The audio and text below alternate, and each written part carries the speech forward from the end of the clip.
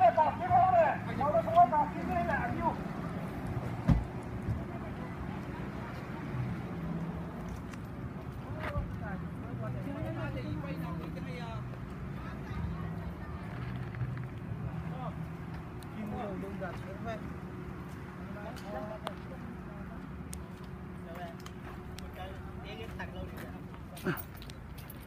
Tài kia đi, ví dụ nó là đi tài xuống đi ngô, bắt hồ.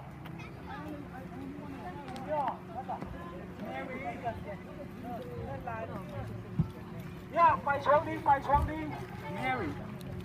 xuống đi ô. Có một, tài xuống đi. Tài xuống đi, khó nó nổi, tài xuống đi. Nặng đấy này. Tài xuống đi. Cũng có là tài xuống đi. Tao ăn tuần sẵn này. Uống lửa.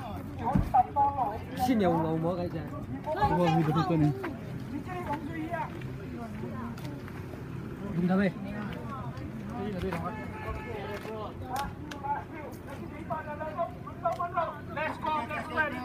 Anong tama?